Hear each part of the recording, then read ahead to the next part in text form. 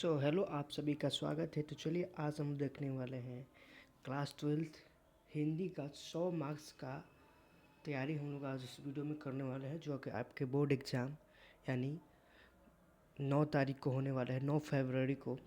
उसके लिए बहुत ही इम्पोर्टेंट होने वाला है यह क्लास। तो क्लास को शुरू से अंत तक ज़रूर देखिएगा। अच्छा लगेगा तो लाइक सब्सक्राइब शेयर भी करिएगा। तो चलिए हम लोग फर्स्ट क्वेश्चन से देखते हैं कि करवक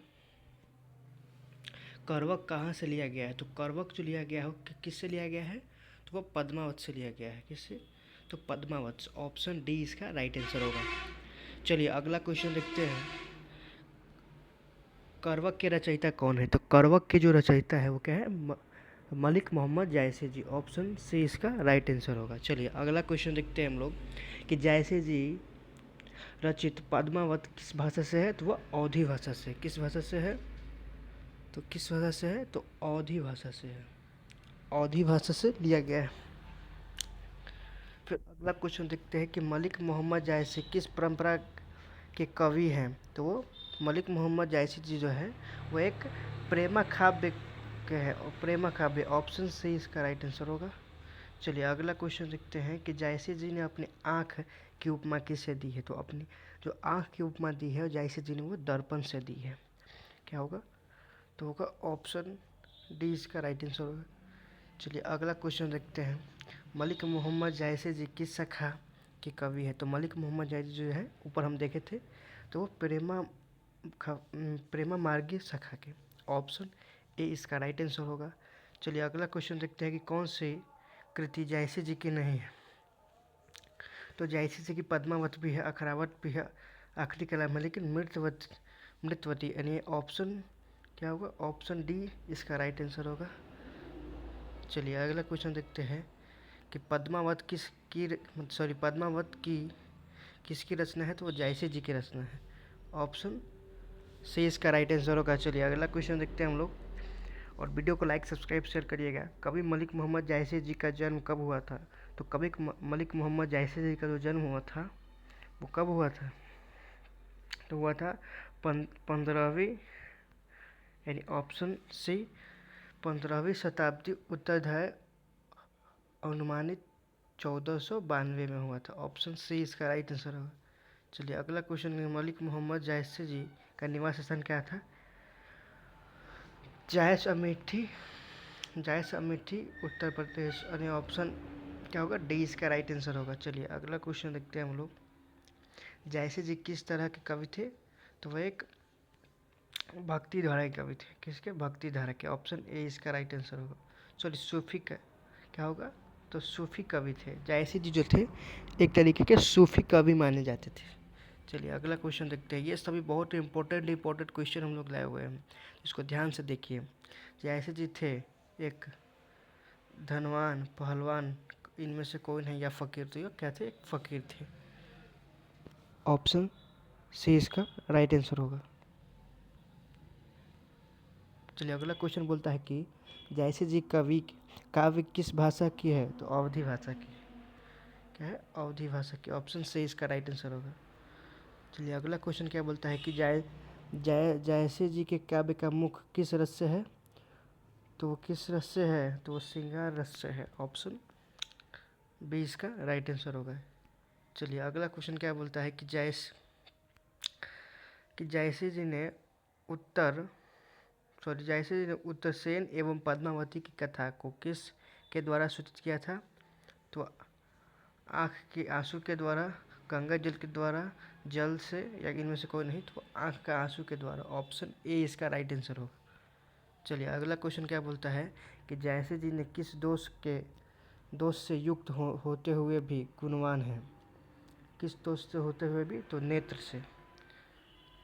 नेत्र के दोष से। ऑप्शन सी इसका राइट आंसर होगा। चलिए अगला क्वेश्चन क्या बोलता है कि जायसी जी का काव्य किस प्रकार गंभीर और व्यापक है। तो क्यों है, तो सवेरों की भक्ति से, कुरों की भक्ति से, समुद्र की नदी की भक्ति से। तो ऑप्शन ए इसका राइट आंसर होगा। सवेरों की भक्ति से, समुद्रों की भक्ति से इसका राइट आंसर होगा। ऑप्शन सी इसका राइट आंसर होगा। चलिए अगला क्वेश्चन दिया हुआ है कि साहित्य लहरी किसकी रचना है। तो साहित्य लहरी सूरदास की है, ये कि जयसी जी की है या कबीरदास की। तो ये सूरदास की है। किसके? सूरदास की। ऑप्शन ए इसका राइट आंसर होगा। चलिए अगला क्वेश्चन करते हैं कि सूरदास की रचना किस भाषा की है। तो सूरदास की रचना ब्रज भाषा की है। क्या है? ब्रज भाषा। ऑप्शन बी इसका राइट आंसर होगा। फिर अगला क्वेश्चन बोलता है कि सूरदास के गुरु का क्या नाम था। तो नरहरिदास या वल्लभाचार्य आनंद दास। तो सूरदास के गुरु का नाम था नरहरि सॉरी वल्लभाचार्य। क्या था? वल्लभाचार्य। ऑप्शन सी इसका राइट आंसर होगा। ये सभी बहुत इंपॉर्टेंट क्वेश्चन है, तो अच्छे तरीके से देख लीजिए और वीडियो को लाइक सब्सक्राइब शेयर भी करिएगा। तो चलिए अगला क्वेश्चन देखते हैं हम लोग कि सूरदास किस मार्ग में दीक्षित हुए। संत मार्ग में, पुष्टि मार्ग में, अक्षप मार्ग में, या इनमें से कोई नहीं। तो वह संत मार्ग में सॉरी पुष्टि मार्ग में जो थे वो सूरदास दीक्षित हुए। ऑप्शन सी इसका राइट आंसर है। वल्लभाचार्य से मिलने के पूर्व सूरदास किस भाषा के पद में गीत गाए थे। तो दैव्य भाषा में। ऑप्शन डी इसका राइट आंसर होगा। चलिए अगला क्वेश्चन बोलता है कि सुर संग्रह किसकी रचना है। तो वो सूरदास की है। किसकी है? सूरदास की है। चलिए अगला क्वेश्चन बोलते हैं कि देवंती पद में किस खाद्य पदार्थ का उल्लेख नहीं किया गया है। तो किस खाद्य पदार्थ उल्लेख नहीं किया है। दही, मक्खन, मलाई या अपूर। तो ऑप्शन डी किसका नहीं किया गया है। अपूर का। चलिए अगला क्वेश्चन देखते हैं हम लोग। सूरदास की कृति है साहित्य लहरी, बारहवें रामायण, जयद्रथ नथा या प्राणभंग। तो साहित्य लहरी जो है वो सूरदास की कृति है। ऑप्शन सी इसका राइट आंसर होगा। चलिए अगला क्वेश्चन क्या बोलता है कि सूर सागर किस भाषा में रचित है। तो ब्रज भाषा में रचित है। ऑप्शन क्या होगा? ऑप्शन सी इसका राइट आंसर होगा। चलिए अगला क्वेश्चन बोलता है कि सूरदास के पद में कौन सा रस है। तो सूरदास के पद में जो है वो एक वात्सल्य रस होगा। ऑप्शन बी इसका राइट आंसर होगा। चलिए अगला क्वेश्चन क्या बोलता है खाली जगह को भरे। इसमें खाली जगह को भरना है कि सूरदास जब अपने प्रिय विषय का वर्णन करते हुए तो मानो डैश हाथ जोड़कर उनके पीछे दौड़ते थे। छंद शास्त्र, अलंकार शास्त्र, उपमा शास्त्र, रूप शास्त्र।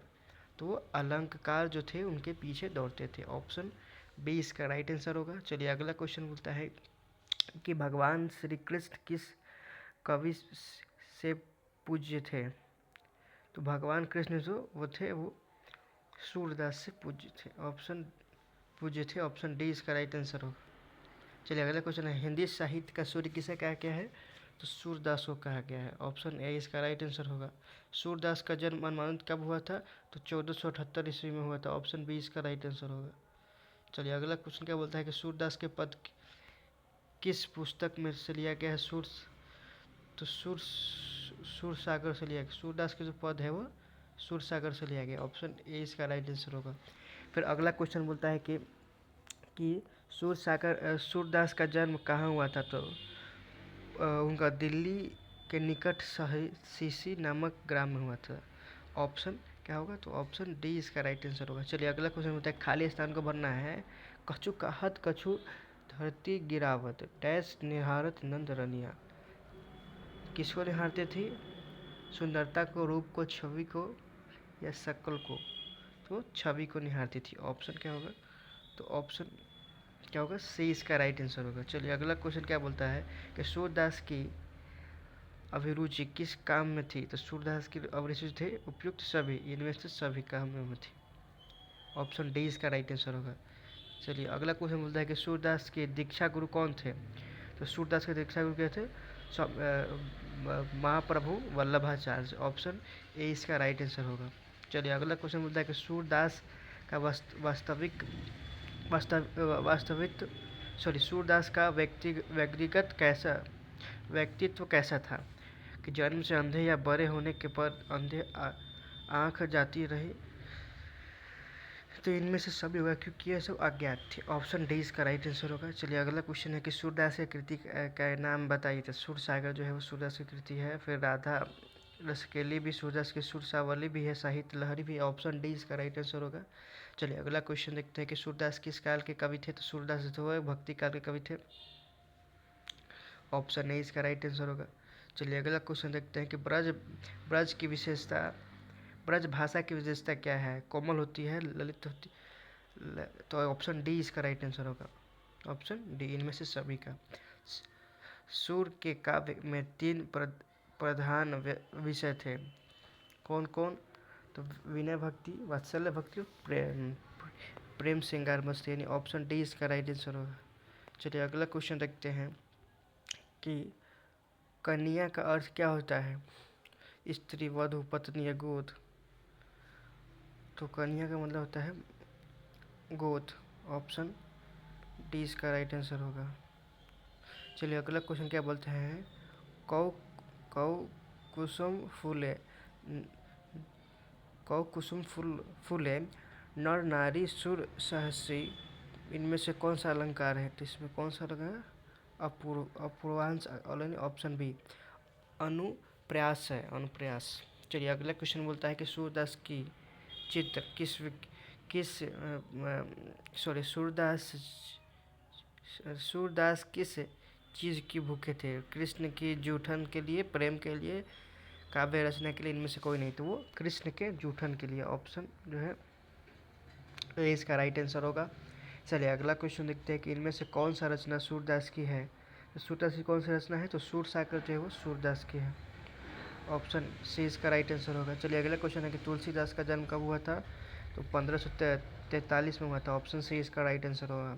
चलिए अगला क्वेश्चन है इनमें से कौन सा रचना तुलसीदास की नहीं है। तो कौन सी रचना तुलसीदास की नहीं है।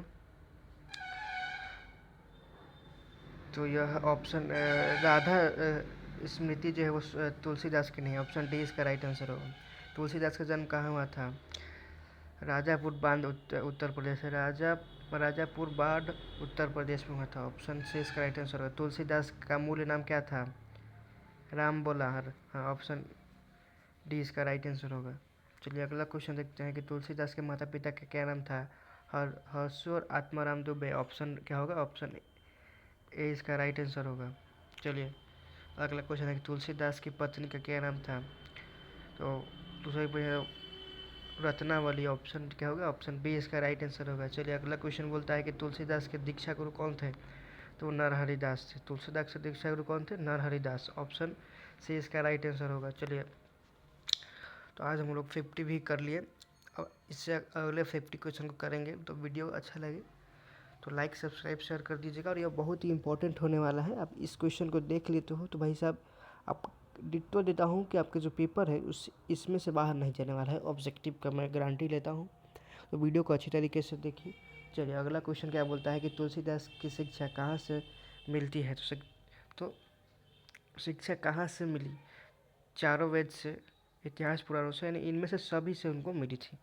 ऑप्शन डी इस राइट आंसर होगा। कौन सी कृति तुलसीदास की रचित है।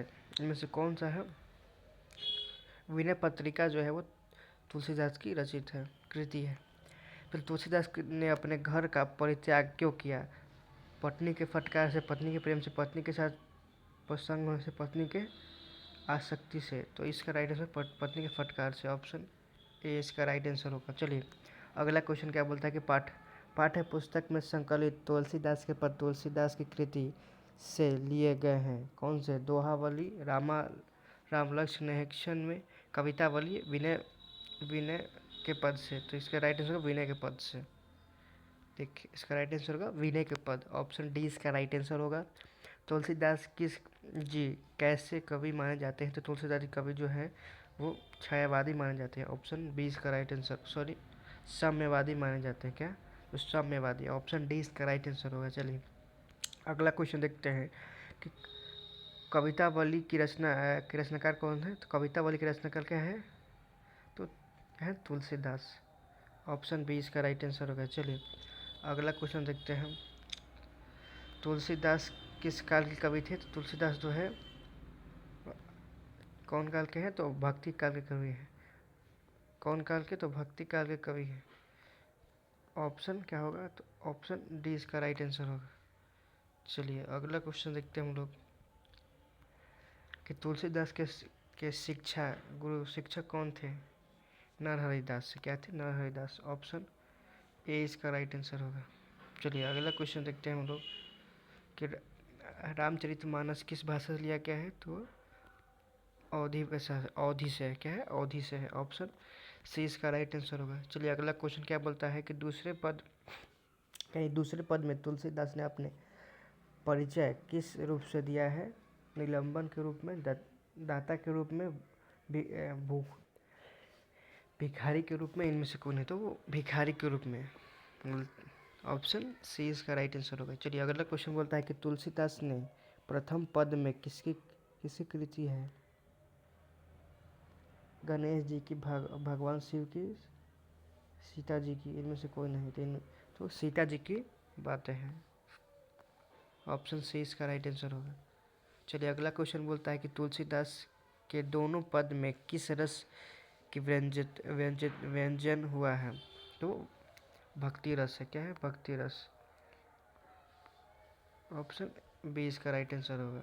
चलिए अगला क्वेश्चन क्या बोलता है कि तुलसीदास ने प्रथम पद में अपने परिचय किस रूप में दिया है? तो वह एक दीन दुखिया के रूप में दिया है। ऑप्शन क्या होगा? ऑप्शन सी इसका राइट आंसर होगा। चलिए अगला क्वेश्चन देखते हैं कब कब टुमका अब अवसर पाई मैं अम्ब संबंधित। जो अम्ब है वो संबंधित किसके लिए है? जो अम्ब संबंधित है वो सीता माता के लिए है। किसके लिए? तो ऑप्शन ए सीता के लिए। कौन कौन तुलसीदास के मित्र नहीं थे? राजा राम मोहन राय, टोलस्टॉय, सूरदास, नाभादास। तो इनमें से क्या था? सूरदास जो थे वो नहीं थे। ऑप्शन सी इसका राइट आंसर होगा। चलिए हनुमान बाहु को तुलसीदास की कृति में अम्बा माना जाता है। किसे माना जाता है? तो कवितावली को। किसको? कवितावली को। ऑप्शन बी इसका राइट आंसर होगा। चलिए अगला क्वेश्चन है निम्नलिखित में से कौन सा रामचरितमानस क्या है? निम्नलिखित में रामचरितमानस क्या है? क्या है? महाकाव्य है। क्या है? एक महाकाव्य है। ऑप्शन सी इसका राइट आंसर होगा। चलिए अगला क्वेश्चन है तुलसीदास ने अपने युग की किन दो साहित्य भाषा को अपनाया है? संस्कृति और उर्दू को, अवधी और ब्रज भाषा को। किसको? तो अवधी और ब्रज भाषा को। ऑप्शन सी इसका राइट आंसर होगा। रामचरितमानस का रचना समय क्या था? तो रामचरितमानस का रचना समय था वो 1631 में। ऑप्शन ए इसका राइट आंसर है। विनय पत्रिका किस भाषा से है? तो अवधी भाषा से होगा। ऑप्शन ए इसका ब्रज भाषा से है। किस भाषा से? तो ब्रज भाषा से। चलिए अगला क्वेश्चन देखते हैं कि छप्पय शीर्षक कविता के छप्पय शीर्षक कविता के रचयिता का क्या नाम बताएं? तो छप्पय किसके द्वारा लिखा गया है? तो नाभादास के द्वारा। Option A Nabhadas. चलिए अगला क्वेश्चन देखते हैं कि नाभादास के दीक्षा गुरु कौन थे? नाभादास के दीक्षा गुरु कौन थे? तो स्वामी अग्रदास थे। ऑप्शन सी इसका राइट आंसर होगा। चलिए अगला क्वेश्चन है कि नाभादास का स्थायी निवास कहाँ था? तो वृंदावन था। वृंदावन। ऑप्शन डी इसका राइट आंसर होगा। चलिए अगला क्वेश्चन है कि नाभादास की कृति का क्या नाम था? तो नाभादास कृतिया का क्या नाम था? भक्तमाल, अष्टयाम, प्रतिवत। ऑप्शन डी क्या होगा? तो ऑप्शन डी। चलिए अगला क्वेश्चन देखते हैं कि भक्तमाल कैसी मला है? तो भक्ति के चरित्र की है, भक्ति के भाव की है, कविता के भाव की है और कविता के भाव की। तो भक्ति के चरित्र की रस कथा है। ऑप्शन ए इसका राइट आंसर होगा। चलिए अगला क्वेश्चन है कि छप्पय के छंद है। छप्पय के एक छंद में छप्पय के छंद है तो क्या है? छप्पय के एक छंद है जो 6 पंक्तियों में गैर होता है। ऑप्शन बी इसका राइट आंसर। भक्तमाल में कितने छप हैं? तो भक्तमाल कितने हैं? तो 316 छप्पा है। ऑप्शन सी इसका राइट आंसर होगा। चलिए अगला क्वेश्चन है कि आपके पाठ्यक्रम में किन पर लिखे गए आपके पाठ्यक्रम में किन पर लिखे गए छप्पय संकलित है? कवि सूरदास की, सूर तुलसीदास की, तुलसीदास अग्रदास की, अग्रदास छित स्वामी की। तो क्या होगा? इसका राइट आंसर होगा ऑप्शन क्या हो? तो ऑप्शन ए होगा कि कवि और सूरदास की। ऑप्शन ए इसका राइट आंसर होगा। सबके हित का वचन कौन कहता है? सबके हित का वचन कौन करता है? तो कबीरदास कहते हैं। ऑप्शन ए इसका राइट आंसर होगा। नाभादास किस काल के कवि है? तो नाभादास जो है वो भक्ति काल के कवि है। किस काल के? तो भक्ति काल के। ऑप्शन ए इसका राइट आंसर होगा। चलिए अगला क्वेश्चन बोलता है कि नाभादास किसके शिष्य थे? तो नाभादास जो थे और स्वामी अग्रदास के शिष्य थे। ऑप्शन सी इसका राइट आंसर होगा। चलिए अगला क्वेश्चन है कि कबीरदास किस शाखा के कवि है? तो कबीरदास जो है उस निर्गुण शाखा के कवि थे। ऑप्शन ए इसका ऑप्शन बी इसका राइट आंसर होगा। फिर भक्तमाल के रचयिता कौन थे? तो भक्तमाल के रचयिता क्या है? तो नाभादास है। कौन है? तो नाभादास। ऑप्शन डी इसका राइट आंसर होगा। चलिए अगला क्वेश्चन है कि नाभादास का उदय हिंदी साहित्य के किस काल से हुआ है? तो भक्ति काल से। ऑप्शन सी इसका राइट आंसर होगा। चलिए अगला क्वेश्चन क्या बोलता है? कबीर किसमें भेद नहीं करते? कबीर किसमें भेद नहीं करते थे? तो हिंदू और मुस्लिम में। ऑप्शन सी इसका राइट आंसर होगा। चलिए अगला क्वेश्चन है किसी कविता को सुनकर कवि नाभादास सिर झुका लेते थे। ये इसका ऑप्शन गलत है भाई चलिए अगला क्वेश्चन क्या है? नाभादास का जन्म कब हुआ था? तो 1570 में हुआ था। कब हुआ था? 1570। ऑप्शन बी इसका राइट आंसर होगा। बीजक के रचयिता कौन है? तो बीजक के रचयिता क्या है? तो वो नाभादास है। बीजक कबीरदास के द्वारा लिखा गया। ऑप्शन ए इसका राइट आंसर होगा। नाभादास किसके समकालीन थे? तो नाभादास जो थे वो किसके का समकालीन थे? विनोद कुमार शुक्ल के, मुक्तिबोध के, तुलसीदास के, नाभादास। तो तुलसीदास के क्या थे? तो समकालीन थे। ऑप्शन ए इसका राइट आंसर होगा। कवित्री शीर्षक पाठ के रचयिता कौन है? तो भूषण जी है। ऑप्शन ए इसका राइट आंसर होगा। चलिए अगला क्वेश्चन देखते हैं कि भूषण का जन्म कौन था? 1613 ईस्वी में हुआ था। ऑप्शन बी इसका राइट आंसर होगा। फिर बोला कि भूषण का जन्म कहाँ हुआ था? तो टटकरपुर नाकाना उत्तर प्रदेश में। तो यह हुआ था ऑप्शन डी टिकवापुर कर्नापुर उत्तर प्रदेश में हुआ था। चलिए अगला क्वेश्चन बोलता है कि भूषण की कृति इनमें से कौन सी है? शिवराज भूषण, शिवावनी, छत्रसाल की दशा। ऑप्शन डी इनमें से सभी हैं। अगला क्वेश्चन है कि भूषण ने किस रस को प्रमोहित किया है? तो बस वीर रस को। ऑप्शन डी इसका राइट आंसर होगा। चलिए अगला क्वेश्चन है कि भूषण की कृति नहीं है। भूषण हजारी कवित्री, दूरपन, अलास, हस्तलेशन। तो ऑप्शन डी इसका राइट आंसर होगा। चलिए अगला क्वेश्चन क्या होता है? भूषण किस काल के कवि थे? तो क्या है वो? भक्ति किस काल थे? तो वीर कथाकार थे। और भूषण किस काल के कवि थे? तो वो रीति काल के होंगे। ऑप्शन सी इसका राइट आंसर होगा। अगला क्वेश्चन है छत्रसाल दशक किसकी कृति है? तो वो भूषण जी की है। ऑप्शन सी इसका राइट आंसर होगा। फिर अगला क्वेश्चन होता है कि शिव बावनी में कितने मुक्तक है? तो कितने? तो 52 मुक्तक है। ऑप्शन सी इसका राइट आंसर होगा। चलिए अगला क्वेश्चन है कि चिंतामणि त्रिपाठी भूषण के कौन थे? तो वह भाई थे। ऑप्शन क्या होगा? तो ए इसका राइट आंसर होगा। तो चलिए आज हम लोग लिखे थे 100 क्वेश्चन को देखे, जो कि एक क्वेश्चन गलत था, इसलिए हम 101 क्वेश्चन को देखे हैं। और ये सब most important VBI objective question है, जो कि आपके बोर्ड एग्जाम यानी 9 फरवरी को होने वाला है, उसके लिए यह most important VBI objective question है। और आप ये पढ़ के जाइए, इस वीडियो को देख के जाइए। आप आके कमेंट में बताइएगा कि आपका क्वेश्चन इसमें इससे ही अंदर से आया है कि नहीं। तो मैं गारंटी से कहूँगा कि इसी से आएगा। तो चलिए, तब तक के लिए जय हिंद, जय भारत। वीडियो अच्छा लगे तो लाइक, सब्सक्राइब, शेयर करते रहिएगा।